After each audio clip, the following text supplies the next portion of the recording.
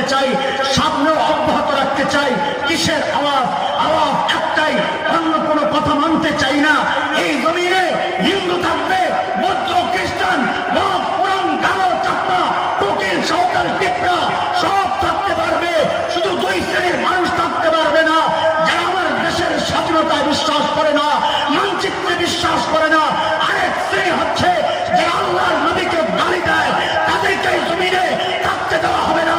একটাই শক্তি চাই, মৃত্যুদণ্ড চাই।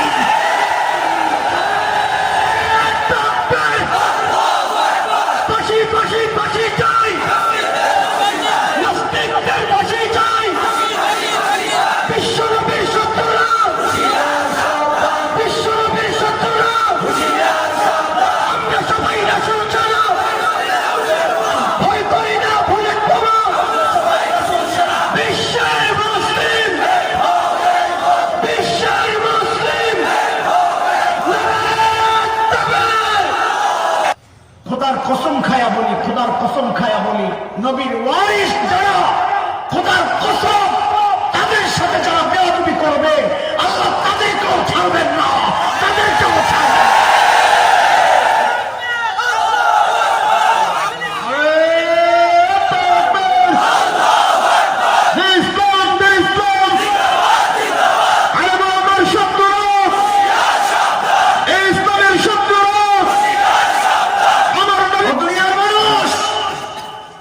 আজকে যারা আমাদেরকে লাল চক্ষু দেখাও, শুনে নাও, এটাই ইতিহাস। নমরুদের মালিক ছিল না, নমরুদ ধ্বংস হয়েছে। মূসার মালিক ছিল, মূসা জয়ী হয়েছে। ইব্রাহিমের মালিক ছিল, ইব্রাহিম জয়ী হয়েছে। ফিরআউনের মালিক ছিল না, ধ্বংস হয়েছে। বিলাল হাবশীদের মালিক ছিল, জয়ী হয়েছে। আবু জাহেল, উতবা, সাইবাদের মালিক ছিল না, নিশ্চিহ্ন হয়েছে। আমেরিকার মালিক নাই, আমেরিকার ধ্বংস অনিবার্য। ভারতের মালিক নাই, ধ্বংস অনিবার্য। আমার দেশ দখলের চিন্তা করো, আমার দেশ দখলের চিন্তা করো।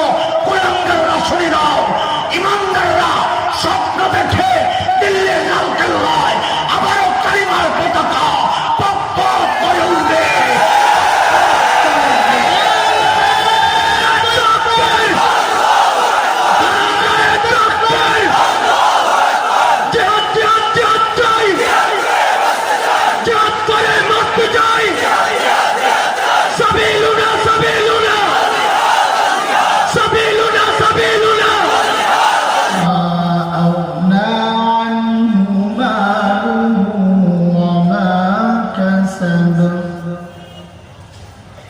سيصلى نارا ذات لهب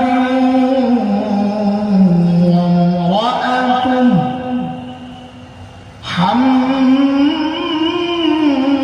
حمالة الحطب في جيدها حبل من مسد آمنت بالله صدق الله العلي العظيم।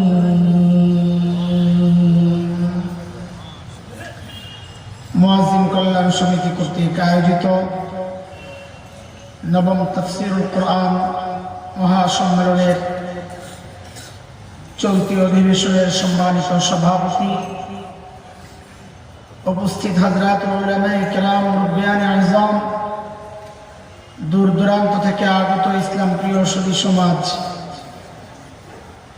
প্রিয় ছাত্র ভাইয়েরা, যুবক বন্ধুরা, আল্লাহ সুবহানাহু ওয়া তাআলার অশেষ মেহেরবানি আর করুণা দয়া, যে মহান মালিক অত্যন্ত ভালোবেসে দ্বীনের সাথে আমাদেরকে যুক্ত রেখেছেন, এটা মালিকের অনেক বড় দয়া আর করুণা। মালিক বলেছেন নিজেই, আমি যাকে চাই কেবল তার দিলটাই, দিন বুঝার জন্যে, দিন শেখার জন্যে, দিন মানার জন্যে তার দিলটাই আমি খুলে দিই। আর যাকে চাই না সে নিজ থেকে চেষ্টা করলেও দ্বীনের উপর চলা অসম্ভব যদি আমি না চাই। কতটা অসম্ভব? আল্লাহ বলেন আকাশে ওঠা যতটা অসম্ভব। সূরা আনআমের মধ্যে এই কথা আসছে। মালিক বলেন فمن يرد الله أن يهديه يشرح صدره للإسلام ومن يرد أن يضله يجعل صدره ضيقا حرجا كأنما يصعد في السماء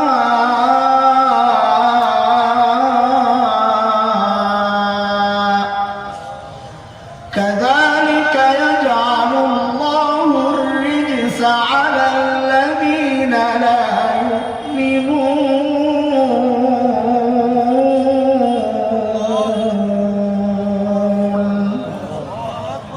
এই আয়াতের মধ্যে রব্বে কারীম এই কথাগুলো বলেছেন। মুহতারাম হাজরিন, যে মহান মালিক এই নিয়ামতে আমাদেরকে ধন্য করেছেন, ওই মালিকের শুকরিয়া আদায় করি, জবান খুলে প্রাণ খুলে কালিমাতুশ শুকর উচ্চারণ করি আলহামদুলিল্লাহ।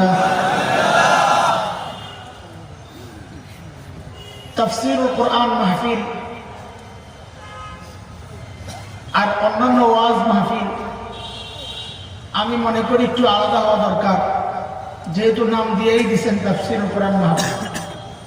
সবই তো আসলে তাফসীর কোরআনেরই তাফসীর, তারপরেও যেহেতু তাফসীরুল কোরআন নাম, এই জন্যে আয়োজকদেরকে আমি অনুরোধ করব, পরামর্শ এটা, ছোট মানুষ হিসাবে কত আবদারিত করা যায় বড়দের কাছে,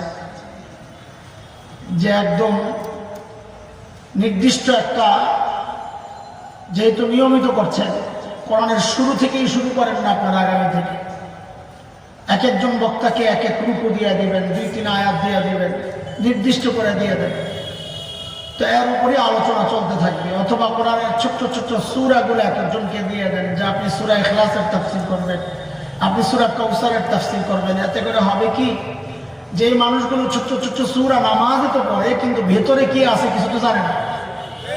এই তাফসীরুল কোরআন মাহফিলের ওসিলায় অন্তত নামাজের সূরাগুলা তাদের কাছে ক্লিয়ার থাকুক, যে আমি আসলে নামাজে কি পড়ি। তা আমি আজকে শুরু করলাম, ইনশাআল্লাহ আগামীতে আপনাদের পছন্দ হইলে তো এই সিস্টেমে শুরু করে দিয়ে ইনশাআল্লাহ।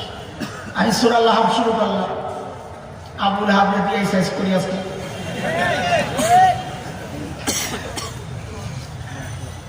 ছোট্ট সূরা,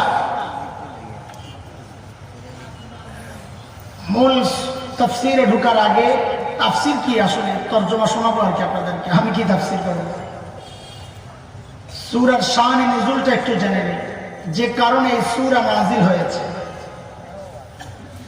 তবে একটা জিনিস আগে, তাফসীরের মূল একটা বিষয়, মূল নীতি আগে মাথায় রাখা, যে কোরআন তো নাজিল নির্দিষ্ট প্রেক্ষাপটে হয়েছে, নির্দিষ্ট ব্যক্তি কেন্দ্রিক হয়েছে, কিন্তু তার বিধান চলবে কিয়ামত পর্যন্ত। যেমন এই সূরাটা আবু লাহাব এবং আবু লাহাবের বিবি সম্পর্কে নাজিল হয়েছে, কিন্তু তারা কি আছে? তো তারা তো নাই, তার মানে এই সূরাও শেষ না। কিয়ামত পর্যন্ত আবু লাহাব আসবে, আবু লাহাবের বিবির চরিত্রের মানুষও আসবে, তাদের জন্যও এই সূরা। এখন আমাদের জিম্মেদারি হচ্ছে সময়ের আবু লাহাবকে চিনায়া দেওয়া, সময়ের আবু লাহাবের বউকে চিনায়া দেওয়া, এটা আমাদের কাজ, এটাই তাফসীর। আল্লাহর হাবিব সাল্লাল্লাহু আলাইহি ওয়াসাল্লাম নবুয়ত প্রাপ্তির পর গোপনে গোপনে দ্বীনের দাওয়াত দিতেন, গোপনে গোপনে।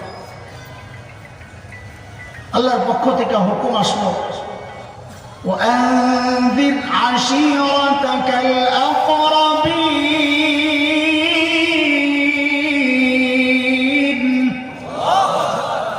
আপনি আপনার নিকটজন যারা, তাদের কাছে প্রকাশ্যে দাওয়াত দেওয়া শুরু করেন।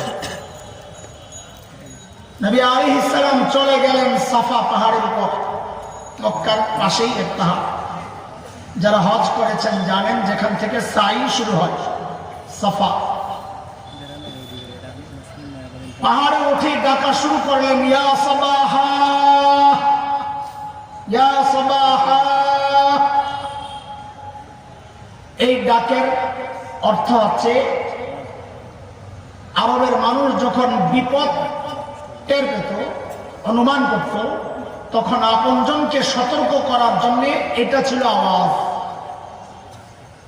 নবী আলাইহিস সালাতু ওয়াস সালামের এই আওয়াজ পেয়ে মক্কার মানুষ বুঝে গেছে যে নিশ্চয়ই মুহাম্মদ সাল্লাল্লাহু আলাইহি সাল্লাম, নিশ্চয়ই মুহাম্মদ কোনো বিপদ এর আনাগোনা টের পেয়েছে, এই জন্য এইভাবে চিৎকার করতেছে। কারণ সে খামাখা অযথা অনর্থক ডাক দেওয়ার মানুষ তো না। তখন প্রত্যেক কওমের লোকরা নিজে না যেতে পারলেও অন্যদেরকে প্রতিনিধি হিসাবে পাঠায়া দিয়েছেন, যায়া দেখো মুহাম্মদ কেন ডাকতেছে। সবাই যখন কাছে গেলেন, নবী আলাইহিস সালাম জিজ্ঞেস করলেন, হে আমার কওম, আমি যদি বলি এই পাহাড়ের ওই পাশে শত্রু অপেক্ষা করছে, আপনারা কি বিশ্বাস করবেন? সবাই একযোগে বলে উঠল, জীবনে তুমি কোনোদিন একটা মিথ্যা বলো নাই, এইটা কেন বিশ্বাস করবো না, অবশ্যই করব। তখন আল্লাহর নবী বললেন, ও আমার কওম, কুলু লা ইলাহা ইল্লাল্লাহ তুফলিহু। আমার কওম, তাইলে লা ইলাহা ইল্লাল্লাহ পড়ুন, না হয় মৃত্যুর সাথে সাথে কবরের আযাব, আখিরাতের আযাব অপেক্ষা করছে, আর যদি পড়ে নেন তো সফলতা আর কামিয়াবি অপেক্ষা করছে। যেই না আল্লাহর হাবিব এই কথা বললেন, এখন সবাই খালি একজন আরেকজনের চেহারার দিকে তাকায়, কিরে বললো এটা। কিন্তু চোখলজ্জা বলতে একটা কথা আছে, এই 42-43 বছর যেই মানুষটা জিন্দেগিতে কারোর সাথে কটু কথা বলে নাই, একটা গালি দেয় নাই, মিথ্যা বলে নাই, কাউকে কষ্ট দেয় নাই, এখন হঠাৎ এই মানুষটা, এত ভালো মানুষটা হঠাৎ তার কওম সম্প্রদায়ের চেতনার বিরুদ্ধে, আদর্শের বিরুদ্ধে, আকীদার বিরুদ্ধে বক্তব্য দিচ্ছে। দিলে তো কষ্ট লাগতেছে, কিন্তু চোখ লজ্জায় কিছু বলতে পারতেছে না। তো সব ভদ্র সমাজে কিছু মুরগি চোরাও তো থাকে, ওই সমাজেও একটা মুরগি চোরা আছে, যার নাম ছিল আব্দুল উজ্জা। কি নাম? আব্দুল উজ্জা। আব্দুল মুত্তালিবের কয়েক ছেলের মধ্যে এই একটা আব্দুল উজ্জা। প্রসঙ্গক্রমে বলে রাখি, নওফলও একটা ছিল আব্দুল উজ্জার ভাই। তোরা ঠিক বললি কি জন্য রে? বলো ভাই, সব বুঝে। আচ্ছা, আল্লাহ তাআলা খেয়াল করে, আল্লাহ তাআলা ওই আব্দুল উজ্জা যে, মানে আমরা তো চিনি না, অনেকে জানবো না আব্দুল উজ্জাকে, কথা মিলাইতে পারবো না, এই জন্য ভেঙে দিই। আব্দুল উজ্জা হইল আবু লাহাবের নাম। আবু লাহাব ছিল লাল্লু, আবু লাহাব মানি লাল্লু, আবু লাহাব মানি লাল্লু, সোজা কথা। চেহারা ছিল লাল টকটকে, আগুন ঝরে ঝরে অবস্থা। এই এক কারণ তাকে লাল্লু বলার। আরেক কারণ হচ্ছে, যেহেতু এই আগুনওয়ালা, আগুনই তার পরিণাম। তো মাজাজে মায়াউল মাদ্রাসাওয়ালারা জানে ভবিষ্যতে যেই জিনিস হওয়া নিশ্চিত, এটা আগের থেকে বলে দেওয়া। এটাকে আমরা বলি আমাদের আরবি যে বাক্যের সৌন্দর্য প্রকাশ করে যে সমস্ত বিষয়গুলো আছে, এর মধ্যে এটা অলঙ্কার শাস্ত্রের ব্যাপার, যেটা মাজাজে মায়াউল বলে ঠাস করে পড়ে গেছে। কি বলে এই কথা তো বলো, ঠাস করে পড়ে গেছে বলে না? আচ্ছা বলেন তো, জিন্দেগিতে এটা দেখাইতে পারবেন ঠাস করে আর পরে বসছে না পইরা ঠাস করে? আরে কথা বলেন। ওই রানে ঠাস করে বলে ঠাস করে বসে। এবার ঠাস তো পরে করে, আগে তো পরে। তো আগে এটাকে কেন বললো? পড়ার পরে যেহেতু ঠাস পড়াটা নিশ্চিত, এই জন্য বলে ঠাস করে বসছে। এটা আমরা আরবিতে বলি মাজাজে মায়াউল।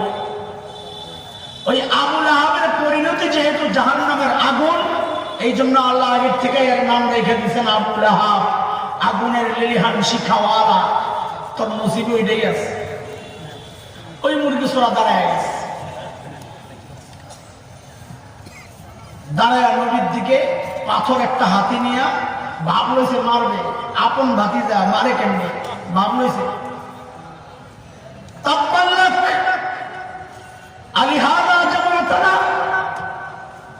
ও মুহাম্মদ, তুই ধ্বংস হ, এই জন্য আমাদেরকে রেখেছিস।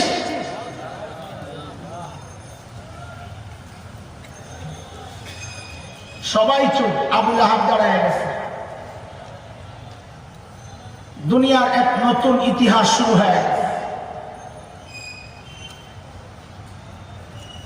একজন তাওহীদের দাওয়াত প্রকাশ্যে দিয়েছেন,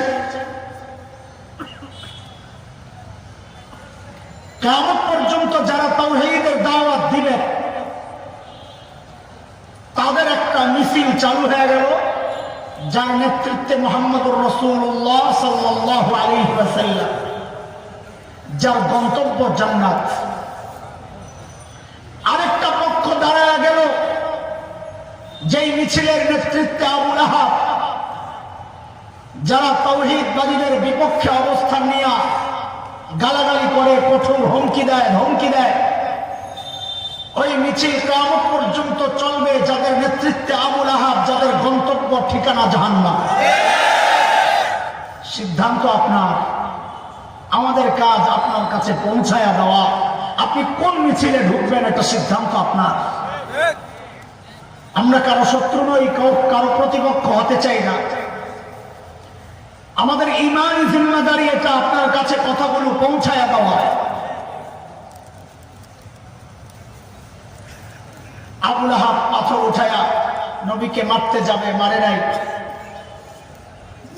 সন্তানকে গালি দিলে মানুষ নিজে গালি খায়, বরদাস্ত করে, কিন্তু নিজের সন্তানকে যদি কেউ আঘাত করে মানুষ বরদাস্ত করতে পারে না। ঠিক নবীর ক্ষেত্রেও তাই ঘটল। আবুল আহাব গালি দিল, আল্লাহ সান্ত্বনা দিলেন, নবী আপনি চুপ থাকেন, আপনার পক্ষ থেকে আবুল আহাবের জবাব আমি আল্লাহ দিয়ে দিচ্ছি। সিস্টেম পাল্টায় নাই। মুসলমান, আল্লাহর সিস্টেম পাল্টায় না। সূরা আহজাব খুলে দেখেন, আয়াত 62। রব্বে কারীম বলেছেন, সুন্নাতাল্লাহিল্লাতী ক্বাদ খালাত মিন ক্বাবল ওয়া লান তাজিদা লিসুন্নাতিল্লাহি তাবদীলা। আল্লাহর সিস্টেমের পরিবর্তন হয় না। কিয়ামত পর্যন্ত যারাই তাওহীদবাদীদের বিপক্ষে অবস্থান নিয়ে তাদেরকে গালিগালাজ করবে, মারতে যাবে, খোদার কসম খায়া বলি, তাদের জন্য আল্লাহর গজব অনিবার্য। আল্লাহই তাদের জবাব দিয়ে দিবে, কোনো সন্দেহ নেই। সেই গজবের শিকার যেন আপনি না হন, এই জন্য সতর্ক করতে আসছি। আল্লাহ জবাব দিয়া সূরা নাযিল করে দিলেন, তাব্বাত ইয়াদা আবি লাহাবিন ওয়া তাব মা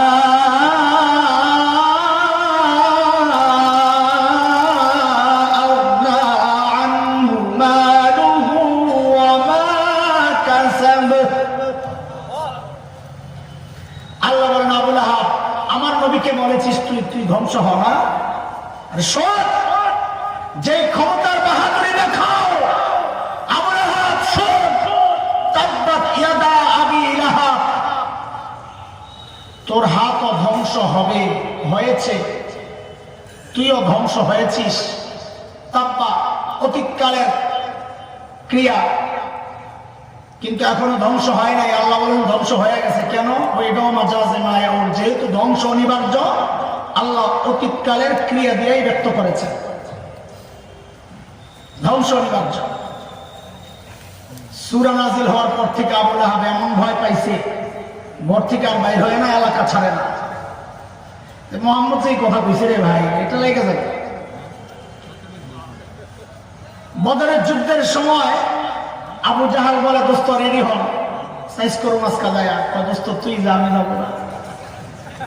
মোহাম্মদের মধ্য আমাকে ধরবে। আরে কি বলেন, মান ইজ্জতের ব্যাপার, আপনি লিডার মানুষ, আপনি না গেলে মানুষ বলবে কি? তো আবু লাহাব বলে, আমার গার্মেন্টসের কর্মী আছে, আমি একবারে দিয়ে দিতেছি, বলে গার্মেন্টস এলো পত্রিকার, এটা এখনকার সময় দিয়ে তোমারে বুঝাইতেছি। আবু লাহাব এই কথাই বলছে, আমি টাকা দিয়ে লোক ভাড়া করে পাঠাবো, তাও আমি যাবো না। আমি সময়ের তর্জমা করতেছি, বুঝানি তো।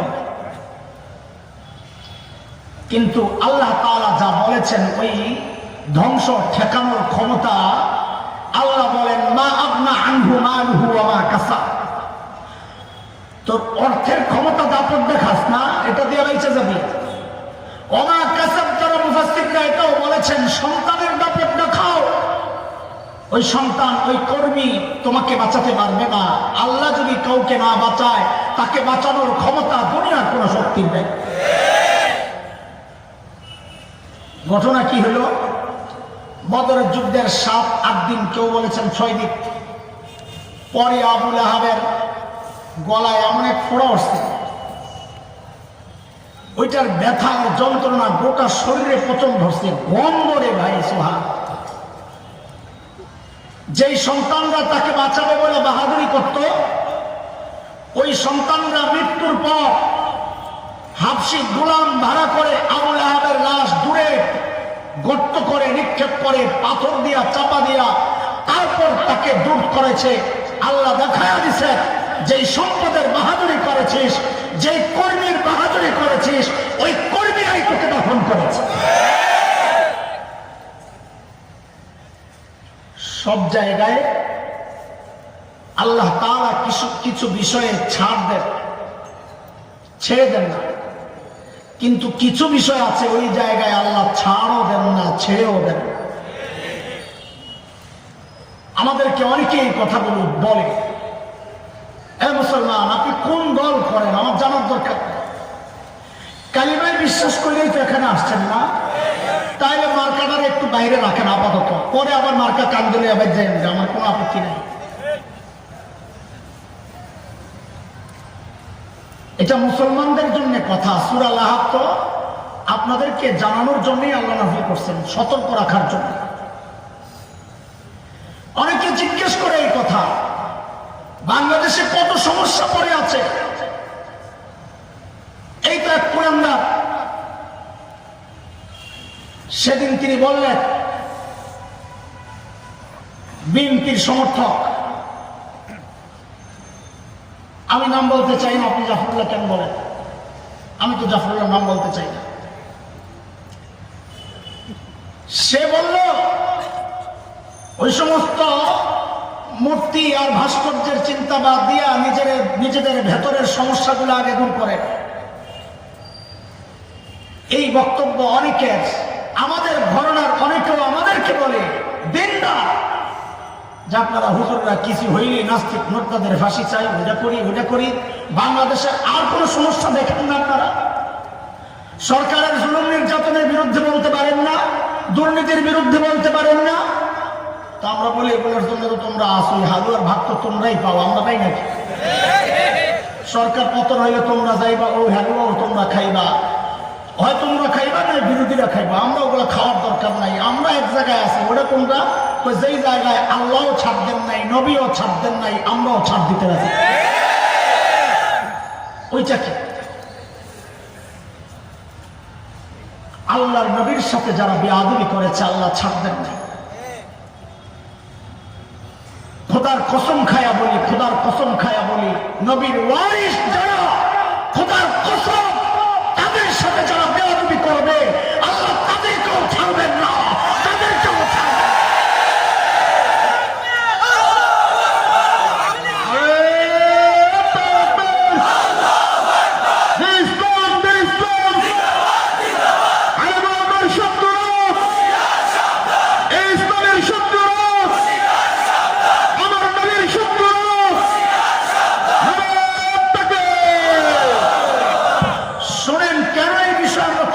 পারি না। কেন পারি না?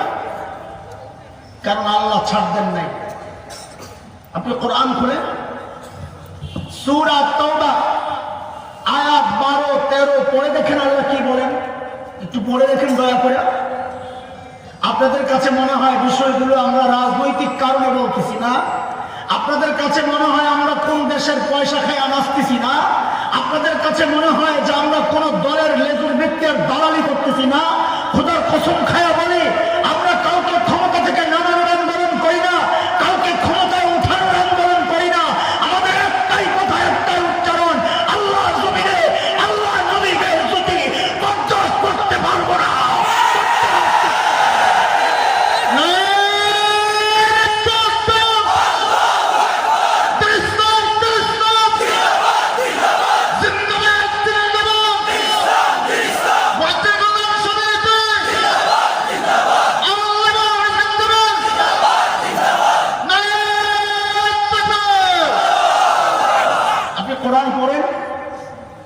কোরআন পড়েন সূরা তাওবা, কোন সূরা?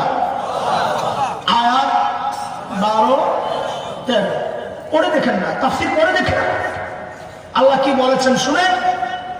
মালিক বলতেছে وَإِنْ نَكَثُوا أَيْمَانَهُمْ مِنْ بَعْدِ عَهْدِهِمْ وَطَعَنُوا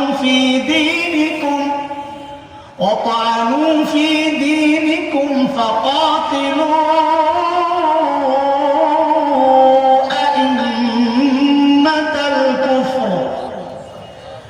إنهم لا أيمان لهم لعلهم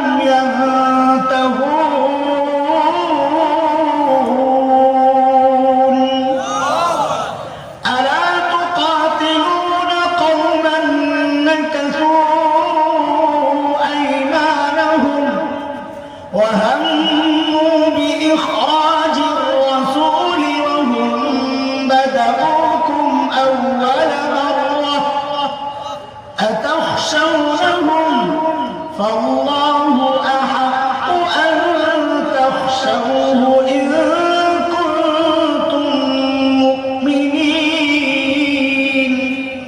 কথা কার বলে? আল্লাহ কি বলতেছেন এই আয়াতে? আল্লাহ বলতেছেন যারা চুক্তি লঙ্ঘন করে, ছোট্ট কথা দিয়ে শেষ করি, যারা দিনকে নিয়ে কটাক্ষ করে, দিনের কথা বলার কারণে আলেমকে গালি দেয়, যারা নবীকে নিয়ে তাচ্ছিল্য করে, দাড়িকে নিয়ে তাচ্ছিল্য করে, টুপি নিয়ে তাচ্ছিল্য করে, পর্দা নিয়ে তাচ্ছিল্য করে, আল্লাহ বলেন তাদের একটাই শাস্তি, ফাকাতিলু আইম্মাতাল কুফর, এদেরকে হত্যা করো। সিদ্ধান্ত কার? ইন্নাহুম লা ঈমানা লাহুম, এদের সাথে কোনো আপোষ চলবে না। সিদ্ধান্ত কার? আল্লাহ বলেন কিরে তুই দেখি একটু ভয় পাইতেছিস মনে হয়, আতাখশাউনাহুম, এবারে ভয় পাস, ভারতে ভয় পাস, ইসরায়েল ভয় পাস, আমেরিকা ভয় পাস। আল্লাহ বলতেছেন শোন শোন, যদি মুমিন হয়ে থাকস ফাল্লাহু আহাক্কু আন তাখশাউ, ভয় কেবল আল্লাহকেই পাইতে হবে, কাউকে ভয় পাওয়ার দরকার নাই। শেখ ওমর মুখতার রহমতুল্লাহ আলাইহি, বিখ্যাত বিপ্লবী লিবিয়া, লোকেরা এসে বলল হযরত এলাকা ছাড়া লাগবে। বলে কেন? বলে দখলদাররা সিদ্ধান্ত নিয়েছে বম্বিং করে গোটা এলাকা তামা তামা করে দিবে, আমাদের তো বিমান বিধ্বংসী অস্ত্র নাই, আমরা বাঁচবো কিভাবে, চলেন চলে যাই। শেখ ওমর মুখতার বিপ্লবী কি ইমান দীপ্ত জবাব দিয়েছেন একটা প্রশ্নের আদলে। তিনি জিজ্ঞেস করতেছেন আচ্ছা বলো তো, তাদের বোমারু বিমানগুলো কি অনেক শক্তিশালী? তো যিনি খবর পৌঁছিয়েছেন তিনি বলেন হ্যাঁ অনেক শক্তিশালী। তো জিজ্ঞেস করতেছেন কত শক্তিশালী? ওই বিমানগুলা আরশের উপরে দেওয়া যায় না আরশের নিচে দেওয়া যায়? আল্লাহু আকবার।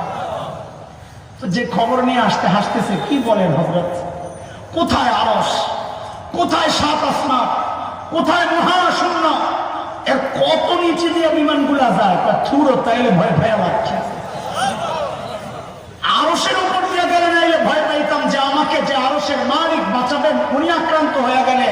আমার রব আক্রান্ত হয়ে গেলে আমাকে কে বাঁচাবে? যেহেতু আরো সে নিচে দিয়েই যাবে, তো আমার রব তো জায়গা মতোই আছে, তো আমার ভয় পাওয়ার দরকার কি? তিনি মূলত সূরা আত-তাওবার শেষ আয়াতের তর্জমা করেছেন।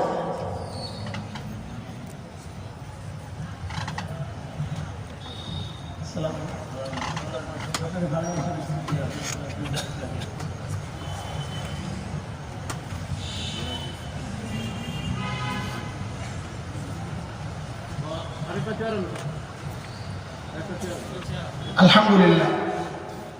আরে আলহামদুলিল্লাহ বললেন না? হ্যাঁ, আপনারা তো মানুষ, আপনাদের কাছে বুজুর্গ কখন হয়? মরার পরে, ঠিক না? মরার পরে তখন শুরু হয় লেহালি। খুব বুজুর্গ আছে গাছবাড়ি হুজুর, আর যেটা আছে এখন দেখে আর খুশি লাগে না। কি যে এক অবস্থা। তো শেখ ওমর মুখতার রহমতুল্লাহি আলাইহি সূরা আত-তাওবার শেষ আয়াতের তর্জমা করেছেন, যে আয়াতে আল্লাহ তাআলা আমার নবীকে সান্ত্বনা দিয়েছেন এই বলে, فَإِن تَوَلَّوْا فَقُلْ حَسْبِيَ اللَّهُ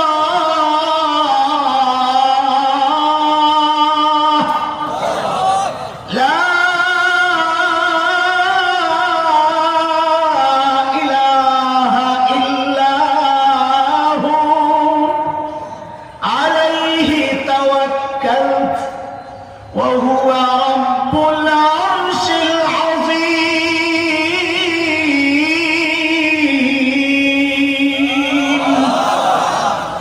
নবী, আপনি জানিয়ে দেন, গোটা দুনিয়ার মানুষ আমার বিপক্ষে চলে যাক, কিচ্ছু যায় আসে না। হাসবি আল্লাহ, হাসবি আল্লাহ, আমার জন্য আমার মালিক যথেষ্ট।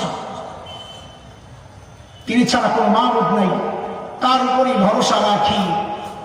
তার শক্তি সামর্থ্য জানো, তিনি আরশে আজিমের মালিক। ও দুনিয়ার মানুষ, আজকে যারা আমাদেরকে লাল চক্ষু দেখাও, শুনে নাও, এটাই ইতিহাস। নমরুদের মালিক ছিল না, নমরুদ ধ্বংস হয়েছে। মূসার মালিক ছিল, মূসা জয়ী হয়েছে। ইব্রাহিমের মালিক ছিল, ইব্রাহিম জয়ী হয়েছে। ফিরআউনের মালিক ছিল না, ধ্বংস হয়েছে। বিলাল হাবশীদের মালিক ছিল, জয়ী হয়েছে। আবু জাহেল, উতবা, সাইবাদের মালিক ছিল না, নিশ্চিহ্ন হয়েছে। আমেরিকার মালিক নাই, আমেরিকার ধ্বংস অনিবার্য। ভারতের মালিক নাই, ধ্বংস অনিবার্য। আমার দেশ দখলের চিন্তা করো, আমার দেশ দখলের চিন্তা করো। কুলাঙ্গাররা শুনে নাও, ইমানদাররা স্বপ্ন দেখে দিল্লির লালকেল্লায় আবারও কালিমার পতাকা পপ পপ করে উঠবে।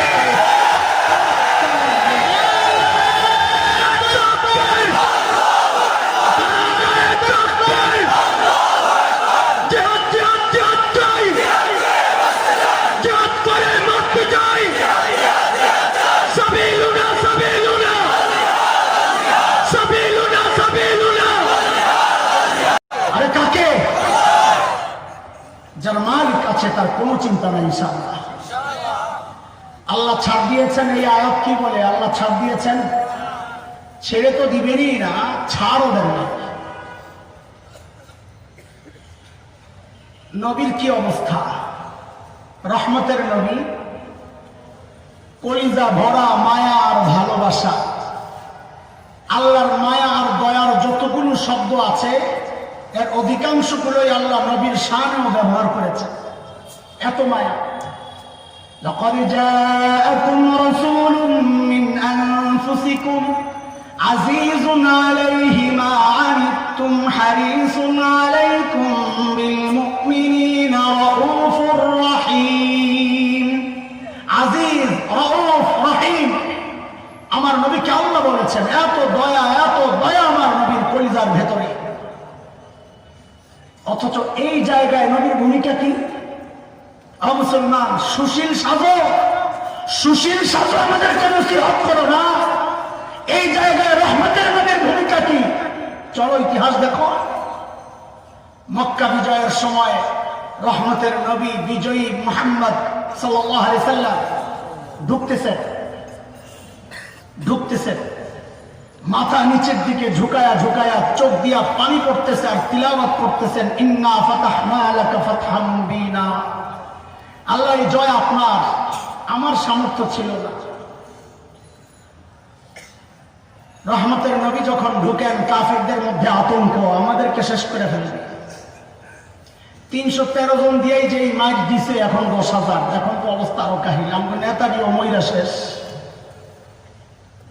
কিন্তু রহমতের নবী ঢুইকাই বললেন, ভয় পাইও না, ভয় পাইও না, লা তাসরিবা আলাইকুমুল ইয়াউম, প্রতিশোধ নাই, মাফ, যাও মাফ, ভুলে গেলাম সব। তবে শর্ত আছে।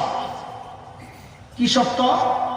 মান দাখালাল মাসজিদাল হারাম ফাহুয়া আমিন, মসজিদ হারামে যে ঢুকবে সে নিরাপদ। মান দাখালা দার আবি সুফিয়ান ফাহুয়া আমিন, আবু সুফিয়ানের ঘরে যে ঢুকবে সে নিরাপদ। মান আগলাকা বাবাহু ফাহুয়া আমিন, নিজের ঘরের দরজা বন্ধ করে ভেতরে চুপচাপ বসে থাকবে, সেও নিরাপদ। শুধুমাত্র মালাউনদের ক্ষমা নাই। ঠিক বুঝা বলছস না, না বুঝা আল্লাহই জানে। কাদের ক্ষমা নাই? মালাউন মানে হিন্দু। বলেন, আমাদের অনেক ভাইরা এই ভুলটা করেন, হিন্দু মালাউন মানি মনে করে হিন্দু, হিন্দুদেরকেও মালাউন বলে অনেকে, এটা ভুল। কোরআন তা বলে না, কোরআন মতোই আমাদের কথা বলা লাগবে। কোরআন মালাউন বলছে কারে? সূরা আহজাব আয়াত 57, খুলে দেখেন কোরআন মালাউন কারে বলছে। ইন্নাল্লাযীনা ইউযুনা আল্লাহ ওয়া রাসূলাহু লা'আনাহুমুল্লাহু ফিদ দুনিয়া ওয়াল আখিরাহ ওয়া আ'আদ্দা লাহুম আযাবান মুহিনা। আল্লাহ আল্লাহর রাসূলকে যে কষ্ট দেয় ওইটা হলো মালাউন। তিনি যদি বড় লম্বা দাড়িওয়ালা হন, যদি আল্লাহ রসুলকে কষ্ট দেয় ওটাও মালাউন। তিনি যদি টুপিওয়ালা হয়, যদি আল্লাহ আল্লাহ রসুলকে কষ্ট দেয় ওইটাও মালাউন। হিন্দু বৌদ্ধ কোন ধর্ম নির্দিষ্ট ব্যক্তি মালাউন না। মালাউন যে আল্লাহ আল্লাহ রসুলকে কষ্ট দেয় সে নামদারি মুসলমান হইলেও মালাউন।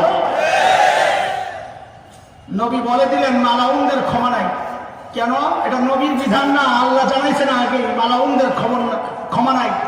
সূরা আহজাব আয়াত 61-61 আল্লাহ জানাই দিয়েছেন মালাউনদের ক্ষমা নাই। কি শাস্তি? আল্লাহ বলেন, মালউনিনা আইনামা সুকিফু উখিযু ওয়া কুতিলু তাকতীলা। মালাউন যেখানেই পাওয়া যাবে ধৈর্যই হত্যা করতে হবে। সিদ্ধান্ত কার? হ্যাঁ, আপনারা আবার যাইয়া নিজেরাই মারা শুরু করেন না। এটা যারা আমির নেতৃত্বে যারা থাকবেন এটা তাদের জিম্মায়। এই জন্য আমরা দাবিটা তাদের কাছে করি। এটা আমাদের কাজ না। কাজী করবেন, হাকিম করবেন, রাষ্ট্র পরিচালনায় যারা দায়িত্বে আছেন তারা করবেন। এটা নবী ঘোষণা দিয়ে দিলেন মালাউনদেরকে যেখানে পাওয়া যাবে ধৈর্যই মারতে হবে। এরা কারা? শেখ ইবনে তাইমিয়া রাহমাতুল্লাহি আলাইহির বিখ্যাত কিতাব আস-সারিমুল মাসলুল আলা শাতিমির রাসূল, রাসূলকে গালি দিলে কি শাস্তি, এই বিধান যিনি বিস্তারিত লিখেছেন শেখ ইবনে তাইমিয়া রাহমাতুল্লাহি আলাইহি।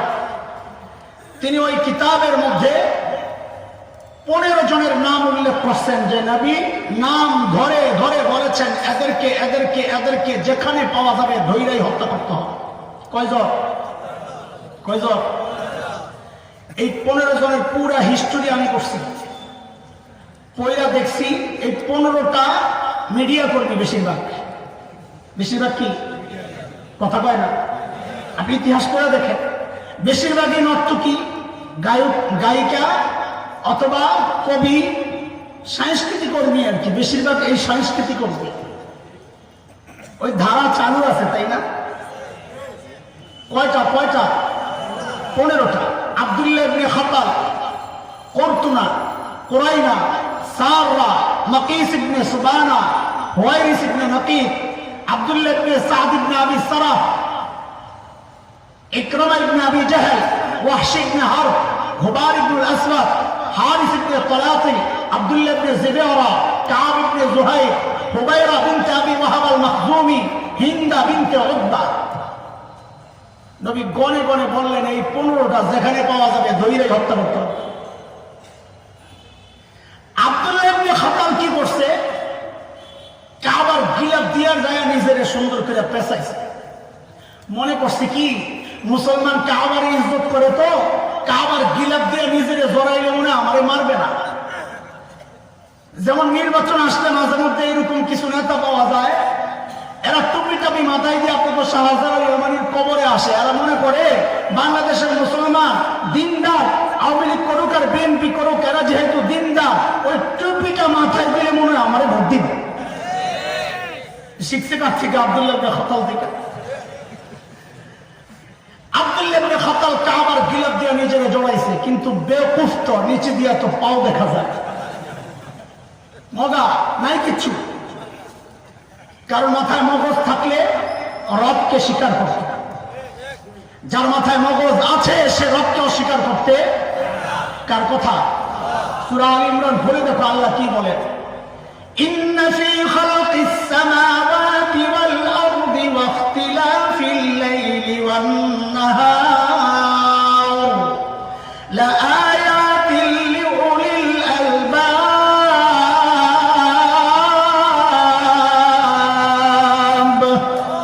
যার মাথায় মগজ আছে সে তার রবকে চিনে। বলে নাস্তিক বিজ্ঞানীগুলোর মাথায় মগজ নাই? বলে মগজ না, মগজ না, এগুলা সব ডিজিটাল গোবর। আব্দুল্লাহ ইবনে খাতালের বডি তো ঢাকছে, পাও তো দেখা যায়। বেওকুফ মুরব্বী হুজুর দুইজন দুই পাশে, আমার খালি থাপ্পড় না দিলেই হয়। চা খাইতেছে এখন দিতে পারবো না, আমি এই মাসায় একটা গল্প কই হবে বুঝানোর জন্য। নতুন বউ শ্বশুরের সামনে ভাত খাইতে বসছে, তো আমাদের অঞ্চলে পিড়া বলে, পিড়া ছোট্ট পিড়া, পিড়ির মধ্যে বসে কি বলে খাট পিড়া, বুঝছেন নি আপনারা? বৈশা নতুন বউ বসে বসে ভাত খায় শ্বশুরের সামনে। হঠাৎ বায়ু ছুটে গেছে, আওয়াজ করে চুপ করে, এই হাসে না, বায়ু নিয়ে হাসা হাসি নেই, এটা কমের লোতের অভ্যাস ছিল। এদের গজব আসার অন্যতম কারণ এটাও ছিল, এরা প্রতিযোগিতা লাগতো কাঠটা কত লম্বা হয়। তাফসীরের কিতাব খুলে দেখে, এগুলো নিয়ে হাসাহাসি না করা এটা তো স্বাভাবিক জিনিস। তো টুস করে যখন আওয়াজ হয়েছে, বউ লজ্জা ভাঙ্গার জন্য কি করছে, প্লেটের মধ্যে আঙ্গুল দিয়ে এরকম জোরে ঘষা মারছে। ক্রোধ করে আওয়াজ হয়েছে, মানে শ্বশুরকে বুঝাইলো আব্বা আগের যে আওয়াজটা পাইছেন এটা ওই আঙ্গুলের গুতার আওয়াজ, আপনি যেটা মনে করছেন এটা না। শ্বশুর চিন্তা করলো নতুন বউ কয়দিন এরকম সরম ঢাকবে, একবারে যা ভাঙ্গা ভাঙ্গা লাগবে। তো বলে বৌমা আওয়াজটা নাইলে কোন রকম ঢাকলা, কিন্তু গন্ধটা কি করবো না। এই আব্দুল্লাহ ইবনে খাতালের গল্প পড়ি আর আমার মাথায় ওই গল্প ঘুরতে ছাড়া হাসতেছি নিজে নিজে। আরে গাধা, কাবার গিলাফ দিয়ে নাইলে বডিটারে ঢাকলি, পাও তো দেখা যায়, ওটা কি করবে? হযরত আলী কাররামাল্লাহু ওয়াজহা আসাদুল্লাহিল গালিব আরো দুইজন সাহাবীর সঙ্গী দৌড়ায় যায়, টাইনা বের করে লগে লগে কল্লা ফালাইয়া দিয়া মাকাম ইব্রাহিমের পাশেই না ঝুলায় রাখছে। হযরত ওসমান নিজের আপন দুধ ভাই ওই 15 জনের একজন আব্দুল্লাহ ইবনে সাদ ইবনে আবি সারাহ, হযরত ওসমান হাতটা ধইরা নবীর কাছে আইনা বলে, ইয়া রাসূলুল্লাহ আমি আব্দুল্লাহর জন্য নিরাপত্তা চাই। রহমতের নবী মুখটা ফিরাইয়া ফেলছেন। বলেন তো কে ফিরাইছেন? কে ফিরাইছেন? রহমতের নবী বলতে হবে। কে? কেন বলছি যে বিষয়টা কত জঘন্য, যে রহমতের নবী তার জামাতা, তার দুধ ভাই কোন নিরাপত্তা দেন নাই, মুখ ফিরাইয়া ফেলছে। হযরত ওসমান আবার হাত ধরে ওই পাশে নিয়ে গেছেন, ইয়া রাসূলুল্লাহ আব্দুল্লাহ ইবনে সাদ ইবনে আবি সারা আমার দুধ ভাই, ইয়া রাসূলুল্লাহ নিরাপত্তা চাই। আল্লাহর হাবিব আবার মুখ ফিরাইয়া ফেলছে। হযরত আব্দুল্লাহ ইবনে সাদ ইবনে আবি সারা আবার ডান পাশে এসে বলে, ইয়া রাসূলুল্লাহ নিরাপত্তা চাই। আল্লাহর হাবিব বলেন, যাও ইমান কবুলের শর্তে নিরাপত্তা দিয়ে দিলাম। নিরাপত্তা দিয়েই সাহাবীদেরকে বলতেছেন, এই বোকারা, আমি যে কাল ক্ষেপণ করতেছিলাম মুখ ফিরাইয়া ফিরাইয়া, এই সুযোগটা কেন তোরা গ্রহণ করলি না? কেন কলমা ফেলাইয়া দিলি না? এই কথা কার? রহমতের নবী। বলেন কার? রহমতের নবীর বক্তব্য। আরে কোন নবী? ওহদের মাঠে রক্তাক্ত নবী, নিজের সঙ্গীরা রক্তাক্ত, মানব ঢাল তৈরি করছেন সাহাবীরা, অসহ্য যন্ত্রণা সইতে পারতেছেন না, নিজেদের কষ্ট না নবীর কষ্ট দেখা বলতেছেন, ইয়া রাসূলুল্লাহ, একটু বদদুয়ার হাতটা উঠান না, একটু বদদুয়ার হাতটা উঠান না ইয়া রাসূলুল্লাহ। আল্লাহর হাবিব হাত উঠাইছেন, সাহাবায়ে কেরাম খুশি, এখন বদদুয়া হবে, সব ধ্বংস হয়ে যাবে। রহমতের নবী হাত উঠাইয়া বলতেছেন, আল্লাহ, এরা বুঝে না, এদেরকে হিদায়াত দিয়ে দাও। এই জন্য কবি কি চমৎকার বলেছেন, जो आसी को कमली में अपनी छुपा ले, जो जख्म खाकर भी दुश्मन को दुआ दे, उसे और क्या नाम देगा जमाना, वो रहमत नहीं है तो फिर और क्या है। ওই রহমতের নবী বলেন, কেন বিষয়টা কত কঠিন। রহমতের নবী এই জায়গায় ছাড় দেন নাই। সাহাবায়ে কেরাম তো হতাশ হয়ে গেছেন, ইয়া রাসূলুল্লাহ, এই কারবার আপনি একটু চোখ দিয়ে ইশারা দিলেন না কেন? জোরে সাইজ কর। আমার নবীর আখলাক। নবী বলেন, আরে বলো কি, আমি নবী। নবীর শান না চোখের ইশারায় কথা বলা। নবীরা যা বলেন তো সরাসরি বলেন। নবীর ওয়ারিসরা তোমাদের রাজনীতির এই মার প্যাচ বুঝি না আমরা, এই জন্য যা বলি তো ডাইরেক্ট বলি, কথা বলে। ওই রাজনীতির প্যাচ পুষ বুঝি না আমরা। ওই 15টার হিস্ট্রি বললে তো রাত শেষ হয়ে যাবে। হাই হাই, আমার তো গাড়ি রুখতে হবে। কিন্তু তোর কিছু বলস না কেন? চুপচাপ বইয়া বসেছ, গাঁদার কথা। আরেকটা শুনে, ইকরামা ইবনে আবি জাহেল রাদিয়াল্লাহু আনহু, ওই 15 জনের একজন, এখন তো রাদিয়াল্লাহু বলবে। ইকরামা ইবনে আবি জাহেল ভাগছে ইয়ামানের দিকে। একটা নদী পড়ছে, নদী, নৌকায় উঠছে, এর মধ্যে ঝড় তুফান শুরু হয়েছে। তাহারে মরুভূমির মানুষ, এরা কি আর সাঁতার জানে? পানিতে জীবনে নাইমা দেখে নেই। তো এখন তো শুরু করছে, ও ভগবান বাঁচাও, ও লাত, ও জামানা, থোবাল, সব দোয়া শুরু করছে। নৌকার মাঝি বলে, কাজ হবে না। বলে কেন? বলে এই জায়গায় স্থলে যিনি বাঁচানে ওয়ালা, এই জায়গাও সেই এক আল্লাহ বাঁচানে ওয়ালা, আর কেউ বাঁচাইতে পারবে না। বাঁচানে ওয়ালা কে? জোরে বলেন। আমাদের পদ্মার ওই পারের বহু রশিওয়ালা একজন পীর সাহেব আছে। ওই পীর সাহেবের বইয়ের মধ্যে আছে, আমার মুরিদ যদি বিপদে পড়ে, এমনকি আমার মুরিদের আত্মীয় স্বজন যদি বিপদে পড়ে, তাকে বাঁচায়া দেওয়ার ক্ষমতা আমি রাখি। ইমান থাকবে। বাঁচানে ওয়ালা একমাত্র কে? কার কথা? وَإِن يَمْسَسْكَ اللَّهُ بِضُرٍّ فَلَا كَاشِفَ لَهُ إِلَّا هُوَ। বাঁচানে ওয়ালা একমাত্র কে? মাজির ওই কথায় হযরত ইকরামার দিল পাল্টায় গেছে। এই জন্য দোস্ত দেখেন, নবী আলাইহিস সালামের দাওয়াত ইকরামা পায়ও মুসলমান হয়নি, অথচ মাজির ওই ছোট্ট কথায় ইকরামার দিল পাল্টায় গেছে। এই জন্যে ওই রিক্সাওয়ালা, ভ্যানগাড়ি, ঠেলাগাড়ি, ফুটপাতের লোকেরাও দাওয়াত তাবলীগের মেহনত করে, তাদেরকে নিয়ে তাচ্ছিল্য করো না। বলা যায় না কার কথায় কার হেদায়েত আসে যায়, বলা তো যায়। হযরত ইকরামার দিল পাল্টায় গেছে, সাথে সাথে হাত উঠাইছে, আল্লাহর সাথে কথাবার্তা শুরু হয়ে গেছে। কি বললেন? আল্লাহুম্মা লাকা আহদুন ইনা ফাইতানি মিম্মা আনা ফি আন আতিয়া মুহাম্মাদান حتى أضع يدي على يديه فلأجدنه عفوا غفورا كريما আল্লাহ যেই বিপদে আমি পড়ে গেলাম, মালিক যদি এই বিপদ থেকে তুমি আমাকে বাঁচায়া দাও, তোমার সাথে আমার ওয়াদা, আমি এই জায়গা থেকে সরাসরি নবী মুহাম্মাদের কাছে চলে যাব। এখান থেকে যাই আমি নবীর হাতে হাত রাখা বায়াত করব, মুসলমান হয়ে যাব। আমার বিশ্বাস তিনি আমাকে সরাইয়া দিবেন না, তাড়াইয়া দিবেন না। আমার বিশ্বাস তিনি আমাকে ক্ষমা করে দিবেন, বুকে টেনে নেবেন। এই কথা চিন্তা করতে করতে হযরত ইকরামার বিবি উম্মে হাকিম বিনতে হারিস ইবনে হিশাম মুসলমান পেছন দিয়া স্বামীকে বাঁচানোর জন্য দৌড়ায় আসছে পেছনে পেছনে। নদীর পাড় থেকে ডাকতেছে, আগের সম্পর্কের ছিল চাচাতো ভাই।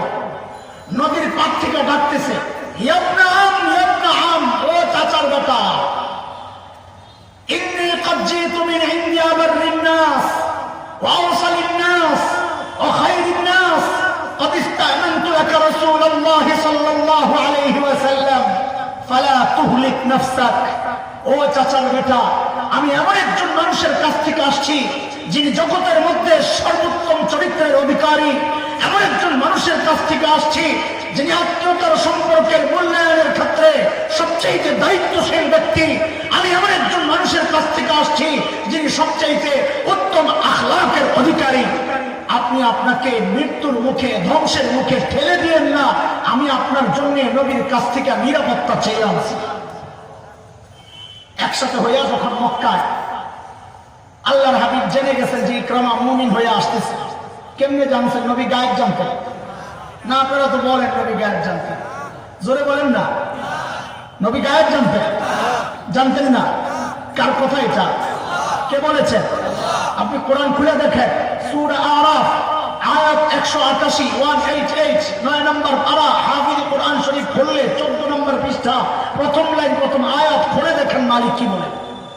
قل لا أملك لنفسي نفعا ولا ضرا إلا ما شاء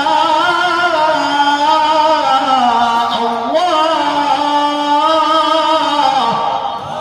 ولو كنت أعلم الغيب لاستكثرت من الخير।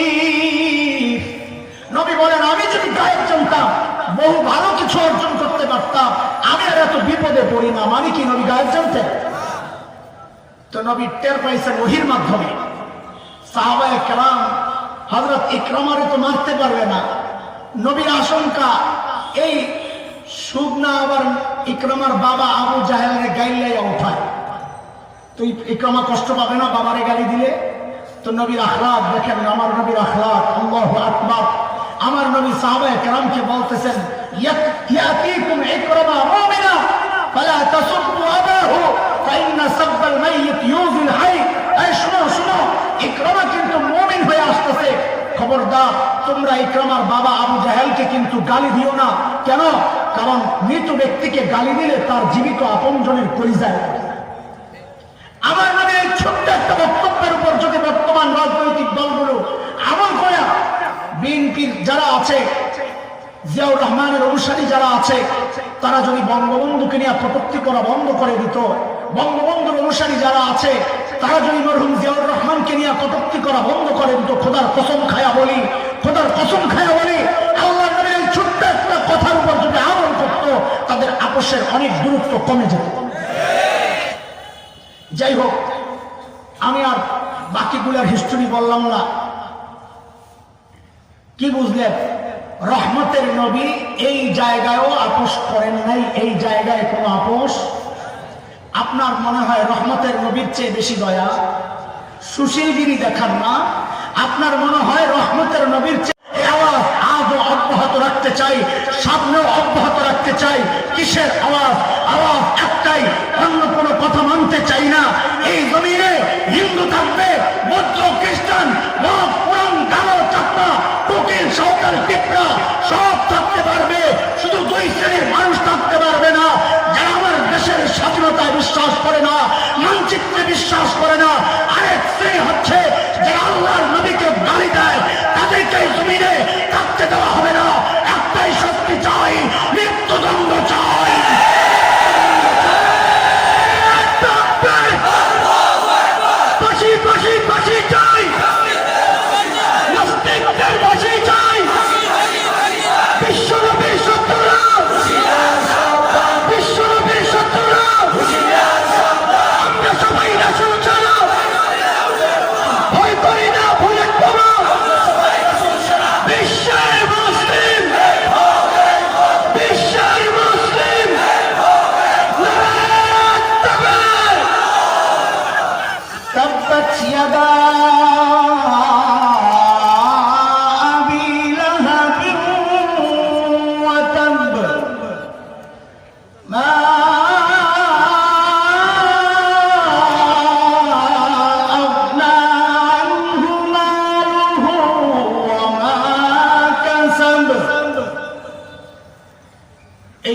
অনুযায়ী 2 আয়াত করলাম। আগামী বছর দাওয়াত চাইতেছি না, মাফ চাই। 2 আয়াতের তাফসীর করলাম। যদি আল্লাহ সিলেট আবার কখনো আনে মাজার জিয়ারতের জন্য, বাকিগুলোও করবো ইনশাআল্লাহ। ইনশাআল্লাহ আপনারা আমাকে একটু হাত তুইলা একটা ওয়াদা দিতে হবে যে আরো 10 মিনিট এখানে বসে থাকবেন, কেউ উঠবেন না। বলেন তো দেখি, রাজি? সবাই রাজি? ইনশাআল্লাহ। আমাদের স্বাগত বক্তব্যে একজন বলেছেন যে মুয়াজ্জিন সাহেবরা যে বেতন দেন পান খাওয়ার টাকাই তো হয় না। ও ভাই, পান খাওয়া কমায় দাও, টাকাও পয়সা যাবে, স্বাস্থ্য ভালো থাকবে ইনশাআল্লাহ।